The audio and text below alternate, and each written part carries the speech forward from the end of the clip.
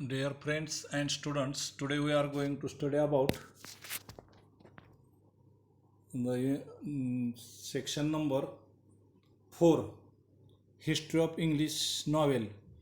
In the last period, we have discussed about the Marathi meaning of the topic History of Novel, and also we have seen the types of novel, literary history of the novel. Total we have discussed about the novel have been discussed in brief. Today we are going to study about the topic line by line meaning. Page number 173. Dear friends, let us see the meaning line by line that you are looking on the screen.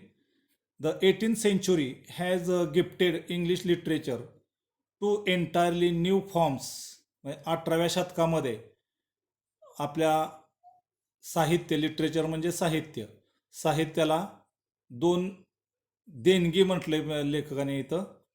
तर दोन देणगी मिळालेल्या आहेत. Entirely new forms, एक नवीन दोन प्रकार आपल्या ह्या साहित्याला मिळालेले आहेत. Which are without any traces in ancient classical heritage, की जुनं जे एन्शियंट म्हणजे जुनं जे क्लासिकल वारसा होता ह्या नॉव्हेल म्हणजेच कादंबरीला, तर त्याच्यामध्ये दोन प्रकारांची भर पडलेली आहे. आता हे दोन प्रकार बघण्यापूर्वी मी तुम्हाला सांगितले की आज आपण जे हे हिस्ट्री ऑफ नॉव्हेल म्हणजे कादंबरीचा इतिहास.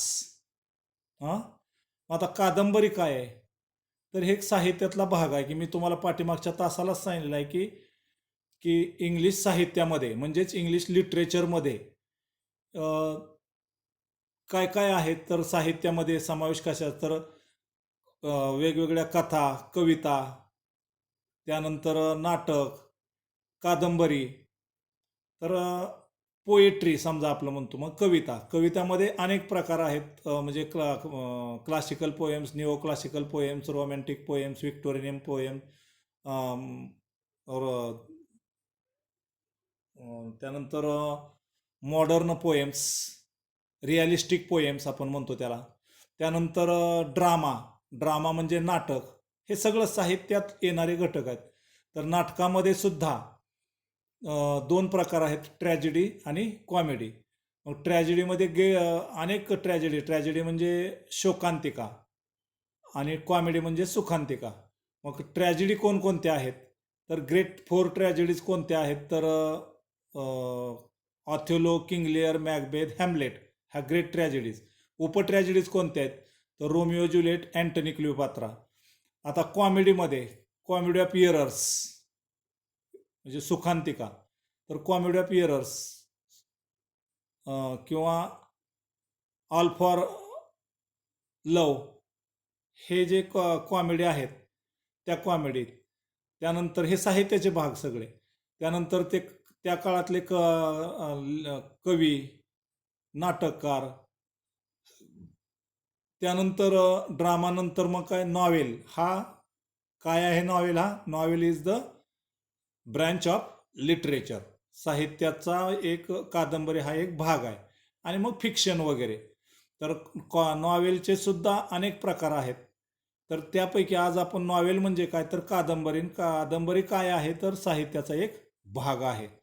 तर तो भाग बघत आहोत. तर त्याला दोन नवीन फॉर्म 18व्या शतकामध्ये नवीन प्रकार याची देणगी मिळालेली आहे. पहिला प्रकार जो आहे त्यातला तो बघा, वन ऑफ दोज वॉज. पहिला जो प्रकार आहे तो पिरियडिकल एसे, तर म्हणजे नियतकालिक निबंध. आणि दुसरा ऑदर वॉज नॉवेल. दुसरं आहे ते म्हणजे नॉवेल म्हणजे कादंबरी होय. Both of these forms, especially novel, त्या दोन्हीपैकी त्यातली त्यात नॉवेल म्हणजेच कादंबरी, caught the spirit of 18th century as the age of intellectual, sentimental and realistic plane. तर या 18व्या शतकामध्ये बौद्धिक, त्याचबरोबर भावनिक आणि वास्तववादी असा कादंबऱ्यांचा समावेश. And try to instruct the readers, आणि याच्या माध्यमातून वाचकांना काय माहिती दिली गेली, which would help them to more purposeful, म्हणजे उपयोगी पडणारी अशी माहिती दिली गेली. अँड व्हर्च्युअस लाईफ, तर व एक साहित्यिक शैली म्हणून ती ओळखली गेलेली आहे.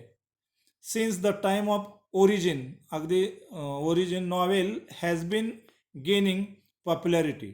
अगदी कादंबरीची सुरुवात 18व्या शतकात झाली ना, तसं 1856च्या दरम्यान. तर गेनिंग पॉप्युलॅरिटी, सुरुवातीपासूनच त्याला प्रसिद्धी मिळत गेली. अँड ग्रोईंग ग्रॅज्युअली, आणि मूळतः त्याच्यामध्ये वाढ होत गेली. Today it is recognised as the most dominant literary genre. Genre म्हणजे टाईप किंवा प्रकार. तर सध्याच्याला सगळ्यात प्रचलित किंवा प्रभावी भाग म्हणून साहित्यातला नॉवेलकडं प्रभावी भाग, डॉमिनंट म्हणून प्रसिद्धी मिळाली गेली. नेक्स्ट पॅरा बघा. A novel is a relatively long narrative fiction. Novel म्हणजे काय, तर एक long narrative fiction which describes in intimate human experiences normally in the prose form. तर प्रोज म्हणजे आपलं कथा, लघुकथा किंवा धडे अशा पद्धतीनं नॉवेल हा एक नॅरेटिव्ह फिक्शन म्हणजे कथन केलेला हा भाग आहे, आणि जवळ मानवी ह्युमन एक्सपिरियन्सचा जवळून केलेला हा अभ्यास आहे. The present English word novel, आताचा जो हा आपल्याला जो शब्द आहे नॉवेला आलेला, तो is derived from Italian novella. तर आताचा जो आपला नॉवेल शब्द आहे तो इटालियन नॉवेला या शब्दापासून अस्तित्वात आलेला आहे. आणि नॉवेलाचं मिनिंग काय आहे, तर न्यू, नवीन. म्हणजेच novel means something new. A novel narrates a story establishing its with more details of the time, place, nature, people and their minds. तर नॉवेलमध्ये डिटेल्स कशाविषयी असतं, माहिती जास्त, तर वेळ, ठिकाण, प्लेस म्हणजे नेचर, निसर्ग, लोक तिथली, पीपल अँड देअर माइंड्स, लोकांची मनं कशी आहेत याविषयी शिकवलं जातं. देअर गेस्चर्स, त्यांचे हावभाव, गेस्चर्स म्हणजे हावभाव, अँड ॲक्टिव्हिटीज, त्यांची कार्य, हे सुद्धा त्यात बघितलं जातं. It creates the picture of the society of that time. नॉवेलमध्ये काय एक वास्तव पिक्चर किंवा दृश्य त्यावेळच्या समाजातलं, त्यावेळचं सोसायटी ऑफ दॅट टाइम, त्यावेळची समाज कसा होता. त्याचबरोबर novel makes the life easier to understand. कादंबरीमुळं आपलं जे जीवन आहे ते समजण्यास अगदी सोपं होतं, understand, than in a drama and poetry. नाटक आणि कवितेच्या तुलनेत कादंबरीमुळं आपलं जीवन अगदी समजण्यास सोपं होतं. इन मॉडर्न इरा म्हणजे पिरियड, आधुनिक काळामध्ये novel has adopted literary prose. नॉवेलनं कशाची स्वीकृती केली, तर लिटररी प्रोज, साहित्यिक प्रोज म्हणजे लेखन किंवा धडे आपण म्हणू. लास्ट पॅरा बघा त्या पेजवरचा तिथला. Novel as a literary genre. Novel म्हणजे एक साहित्यिक प्रकार जो आहे, जेनर म्हणजे इथं प्रकार, type, has a history of about 2000 years, की याला 2000 वर्षांचा इतिहास आहे. बघा नॉवेलला किती वर्षाचा इतिहास आहे, 2000 वर्षांचा. Among the early precursors of novel, a collection of tales known as a Greek romance. तर पहिल्या सुरुवातीला या नॉवेलला कशानं संबोधलं जायचं, ग्रीक रोमान्सेस म्हणून. Dating from 2nd to 6th century may top the list. म्हणजेच 2ऱ्या ते 6व्या शतकात सुद्धा नॉवेल अगदी टॉप लिस्टला होता. दीज इमॅजिनेटिव्ह म्हणजे काल्पनिक, and delightful stories of ideal love and marvellous adventures. म्हणजे एक हा ज्या काल्पनिक किंवा डिलाइटफुल म्हणजे आनंदी ज्या कथा होत्या, तर कशा होत्या, ऑफ आयडियल लव्ह, खरं प्रेम कसं असतं. त्याचबरोबर मार्वलस ॲडव्हेंचर्स, साहसी किंवा धाडसी नॉवेल होते. profoundly affected that the creative writing for the next 1,000 years. आणि हे पुढच्या हजारो वर्षावर त्याचा ह्याचा प्रभाव पडला गेला. Though novel in the modern era usually makes use of literary prose. आता आधुनिक काळामध्ये जरी साहित्य कादंबरी हा लिटररी प्रोज म्हणजे साहित्यिक धडे किंवा आपण त्याला काय म्हणू, प्रोज म्हणजे गद्य भागामध्ये मोडत असला तरी earlier threads of the genre can be found in Virgil's eclogues और मेलरीज मॉर्टेड डी आर्थर. हे जे आहेत ते आता मी सांगतोय तुम्हाला ते एक कादंबरीकारांची नावं आहेत त्या काळातले. तर मार्वल्स मॉर्टेड डी ऑथर और जॉफ्री चॉसर. आता जॉफ्री चॉसर हा 14व्या शतकातला रायटर आहे. तसा Geoffrey Chaucer is the founder of English किंवा फादर ऑफ इंग्लिश लिटरेचर म्हटलं जातं. जसं संत ज्ञानेश्वरला फाउंडर ऑफ मराठी लिटरेचर म्हटलं जातं, तसं जॉफ्री चॉसर हा 14व्या शतकातला. त्यांनी पहिली कथा लिहिली नन्स प्रीस्ट टेल. तर त्या काळातला कॅन्टरबरी टेल्स म्हणजे त्या काळातल्या त्यांनी त्या कथा उदयास आणलेल्या होत्या. त्यानंतर पुढचा रायटर बघा, मुरासाक्षी शिक्युबूज टेल ऑफ जेंजी. पिरियड आहे 1010, 10 and 10 म्हणजे आपण आता 20व्या शतकात आहेत पण हे ते 1010 मधला पिरियड सांगितले आहे. Has been described as the world's first novel. तर ही जे आपले तुम्हाला प्रश्न येऊ शकेल की जगातला पहिला नॉवेल म्हणून कशाचे कुठला आहे आणि कधी अस्तित्वात आला. तर मुरासाकी शिकुबू टेल ऑफ जेंजी हा जो पहिला नॉवेल आहे जगातला आणि कधी लिहिला गेला, रिटन इन द इयर 1010. आता 2020 आहे तसा ते 1010ला लिहिला गेला जगामध्ये पहिलं नॉवेल. द युरोपियन नॉवेल, त्या European novel is often said, त्याला असं म्हटलं जायचं युरोपियन नॉवेलला काय नेहमी, to begin with Don Quixote. तर हा युरोपियन नॉवेलिस्ट आहे Don Quixote by Spanish writer. त्या स्पॅनिश रायटरनं लिहिलेलं आहे ते नॉवेल Don Quixote. Named as Miguel de Cervantes which was published in two 2 parts between 1605 and 1615. तर हा जो कादंबरी आहे ते 1605 आणि 1615 या 2 भागामध्ये याचं विभाजन केलं गेलेलं आहे. इन द 18th century 18व्या शतकामध्ये द ॲपिअरन्स ऑफ न्यूजपेपर म्हणजे न्यूजपेपर उदयास आले अँड मॅगझिन मासिकं वगैरे attracted the large number of readers from the middle classes. मध्यमवर्गीय लोकांना या न्यूजपेपरनं आणि मासिकानं आकर्षित केलं मोठ्या प्रमाणात वाचकांना. These new readers had little interest in romances and tragedies. त्या काळात जे पहिले जे कादंबरीच्या अगोदर ट्रॅजेडी, कॉमेडी, नाटक, ड्रामा होता ना, त्याच्याकडे ते लोक कमी आकर्षित झाले वाचक वगैरे. आणि हे न्यू रीडर्स आहेत ते कशाकडे जास्त अट्रॅक्टिव्ह झाले, कादंबरीकडं. Which were appreciated by the upper class, की जे नाटक, कथा, कादंबऱ्या किंवा ट्रॅजेडी, शोकांतिका हे अप्पर क्लास लोकांचे त्यावेळेला तुमच्या लक्षात येऊ द्या क्लास होते. लोअर क्लास, मिडल क्लास आणि अप्पर क्लास. म्हणजे तिथं टर्म कंडिशन्स होत्या, सगळ्या अटी नियम होत्या की मध्यम खालच्या दर्जाच्या लोकांना, वरच्या दर्जाच्या मध्यमवर्गीय आणि उच्चवर्णीय म्हणजे अप्पर क्लास. तर उच्चवर्गीय लोक होते नाटक म्हणजे ट्रॅजेडी, कॉमेडी, ड्रामा ह्याच्यात इंटरेस्टेड होते. पण तुमच्या आमच्यासारखे सर्वसामान्य लोकांना हे पेपर वाचनाचं आणि ह्या कादंबरी वाचण्याची जास्त आवड निर्माण झाली. Which were appreciated by the upper class, की जे उच्चवर्गीय लोकांना नाटक, कथा, कादंबऱ्या, ट्रॅजेडी, कॉमेडी आवडत होत्या. Thus need for new type of literature arose. Arose म्हणजे उदयास आलं किंवा नवीन जन्माला आलं.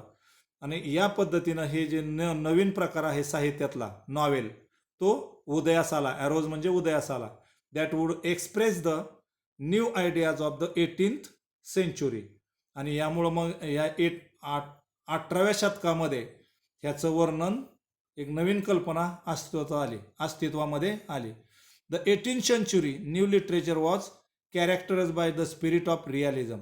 या 18व्या शतकातलं जे साहित्य आहे ते कशानं कॅरेक्टराइज म्हणजे स्पेशलाइज झालं तर स्पिरिट ऑफ रिअलिझम, वास्तववादी. रिअलिझम म्हणजे वास्तववादी. तुम्हाला हे रिअलिझमच्या अगोदरचं सांगतो की इझम म्हणजेच इझम, तर त्याच्या अगोदरचे इझम आहेत क्लासिसिझम, निओ क्लासिसिझम, रोमॅन्टिसिझम, विक्टोरियनिझम, त्यानंतर मॉडर्निझम किंवा रिअलिझम जे आता तुम्ही बघताय ते. तर वास्तववादी गोष्टी अस्तित्वात आल्या, spirit of realism and the denial of romantic features like enthusiasm, कर्मणूक वगैरे ह्या गोष्टींना अस्तित्वात आल्या. पॅशन, हव्यास, अँड इमॅजिनेशन, कल्पनाशक्ती, ह्या गोष्टी हळूहळू पुन्हा रोमॅन्टिसिझम म्हणजेच 18व्या शतकामध्ये उदयास आल्या. The foreground for the novel was prepared by all these factors after 1740. आणि मग ह्याच्यासाठी नॉवेलसाठी, कादंबरीसाठी चांगलं वातावरण कधी झालं तर आफ्टर 1740, 1740 नंतर चांगलं नॉवेलसाठी काळ आला. Novel originated as the literary form in England. सुरुवात एक लिटररी फॉर्म, साहित्याचा भाग म्हणून नॉवेल. तुम्हाला प्रश्न येईल कुठं ओरिजिनेट झाला, सुरुवात. ओरिजिनेट म्हणजे बिगिनिंग किंवा त्याची सुरुवात कुठून झाली, तर फॉर्म इन इंग्लंडमध्ये झाली. आणि मग इन्क्रीज म्हणजे वाढ. इन ट्रेड म्हणजे बिझनेस, व्यवसायामध्ये त्याची रूपांतर झालं, वाढ झाली. अँड कॉमर्स, ट्रेड अँड कॉमर्समध्ये त्याची पुन्हा प्रचिती आली. Along with the industrial revolution. Industrial म्हणजे औद्योगिक क्रांती, याच्यामध्ये त्याचा समावेश केला गेला. म्हणजे एक नॉवेल म्हणजे एक कादंबरी करणं आणि व्यावसायिकता, मग ते कादंबरी काढून याची अशी क्रांती झाली. Had given the rise to middle class. आणि मध्यम वर्गाला मग त्यातूनच त्याचा मध्यमवर्गीयांचा उदय झाला. मध्यमवर्गीयांची आवड निवड म्हणजे कादंबरी म्हणजेच नॉवेल, असा त्याचा उदय झाला. अ क्लास ऑफ पीपल, तर लोकांचे क्लास म्हणजे मी सांगितलं तुम्हाला, lower class, middle class, upper class, असे त्यावेळेला अलेक्झांडर चा पोप होता. एवढंच नव्हे, मी तुम्हाला सांगेन की अलेक्झांडरच्या काळामध्ये, क्लासिकल पिरियडमध्ये, एखाद्या माणसाला, लोअर क्लासच्या लोकांना असं देवाच्या पाया करायचं म्हणलं, प्रार्थना करायचं म्हणलं तर लायसन्सिंग सिस्टम होती. आता कसं आपण लगे उठलो की देवाच्या पाया पडतोय, क्लास वगैरे काय नाही, तसं त्यावेळेला नव्हतं. खालच्या वर्गातील लोकांनी मध्यमवर्गीयाची लायसन काढायची व मध्यमवर्गीयांनी वरिष्ठ वर्गीयांची लायसन काढायची, मग देवाच्या मंदिरात किंवा देवळात जायचं. म्हणजे नियमावली होती लोकांच्या क्लासनुसार, म्हणजेच lower class, middle class, upper class. एवढंच नव्हे, एक लोअर क्लासच्या लेडीजनं कडेला जंगलामध्ये, तिला परवानगी नव्हती की देव पाहिला किंवा देवाचं नाव काढाय, पण लोअर क्लासच्या एका लेडीजनं खरंच जंगलामध्ये देव पाहिला. आणि ते टॉपिक आहे बघा, स्कारलेट लेटर म्हणून. 19th century अमेरिकन लिटरेचरमध्ये स्कारलेट लेटर नावाचा जो टॉपिक आहे, त्यामध्ये एका खालच्या वर्गातील लेडीजनं जंगलात देव पाहिला आणि आनंदाच्या भरात ती जंगलातून ओरडत आली, I have seen God at forest, I have seen God at forest. आणि मग अप्पर क्लासच्या अलेक्झांडरला, त्या काळातला राजा किंग होता, त्याला कळालं की खालच्या वर्गातली लेडीज बिगर परवानगीचं देवाचं नाव घेते. तिला जिवंत जाळलं, कडेला मूल होतं, डोक्यावर सरपण होतं.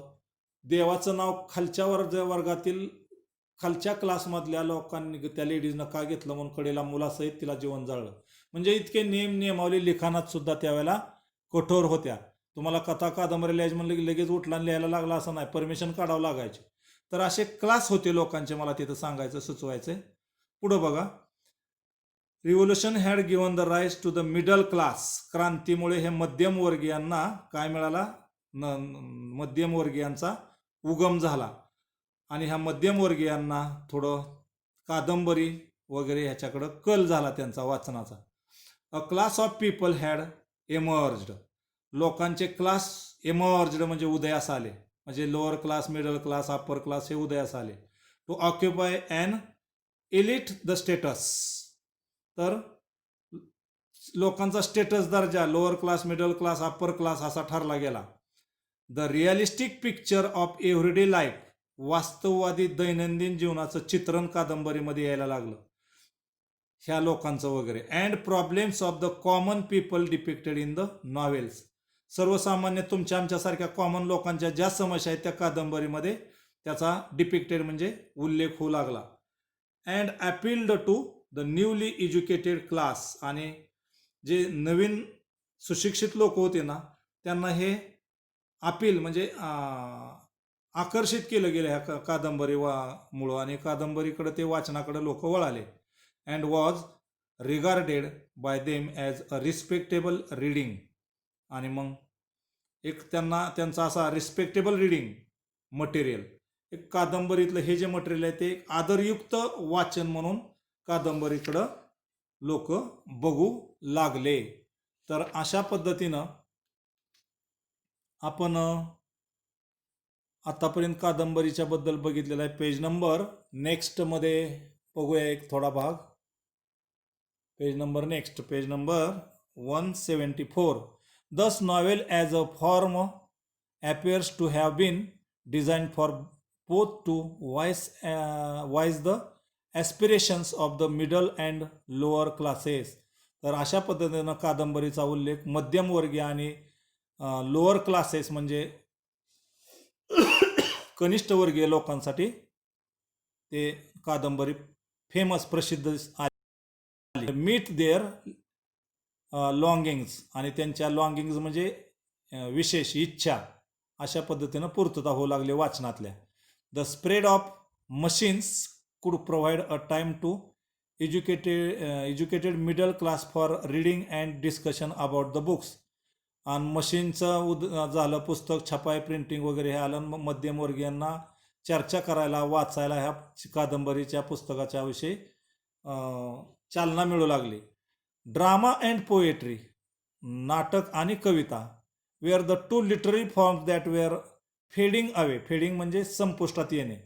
आणि जेव्हा कादंबरी उदयास आली तेव्हा बरोबर त्याच्या पाठीमागचे जे नाटक, ड्रामा आणि पोएट्री हे हळूहळू फेडिंग अवे म्हणजे बाजूला पडत गेलं आणि कादंबरीला म्हणजेच नॉवेलला चांगले दिवस येऊ लागले. Novel was combination of some features of them. नॉवेलमध्ये काय होतं तर ड्रामा, पोएट्री याच्यातलं काही कॉम्बिनेशन होतं, त्यातले काही फीचर्स, वैशिष्ट्ये यात होती नॉवेलमध्ये. And some new features were added to the form. त्याचबरोबर काही नवीन वैशिष्ट्ये या कादंबरीमध्ये ॲडसुद्धा केली गेली होती. It was the prominent form in the 18th century and onwards to encompass the social, political, cultural happenings and scientific progress. तर यामध्ये कशाचा समावेश होता या 18व्या शतकातल्या कादंबरीमध्ये किंवा त्याच्या पुढं तर एनकम्पास म्हणजे जवळजवळ समावेश कशाचा होता तर सामाजिक, पॉलिटिकल म्हणजे राजकीय, कल्चरल म्हणजे सांस्कृतिक हॅपनिंग म्हणजे घटना, आणि त्याचबरोबर सायंटिफिक प्रोग्रेस वैज्ञानिक प्रगती, या सर्व गोष्टींचा यामध्ये समावेश होता. The pilgrimage progress bye John बनियान 1678. आता हे जे त्यांचे पुढं लिखाणं कोणी काय लिहिल्या कादंबरी आणि त्या कादंबऱ्याची नावं आणि कुठल्या काळात लिहिल्या, कोण त्याचा रायटर कादंबरीचा, हे आपण पुढच्या तासाला बघूयात. आतापर्यंतच्या आपण तासाला नॉवेल म्हणजे काय, नॉवेल उदयास कसं आलं, नॉवेल कुठं जन्माला आलं, केव्हा जन्माला आलं, याविषयी आजच्या तासाला आपण बघितलेला आहे. पुढच्या तासाला राहिलेला बाकीचा भाग बघू. Till then, thank you. ओके.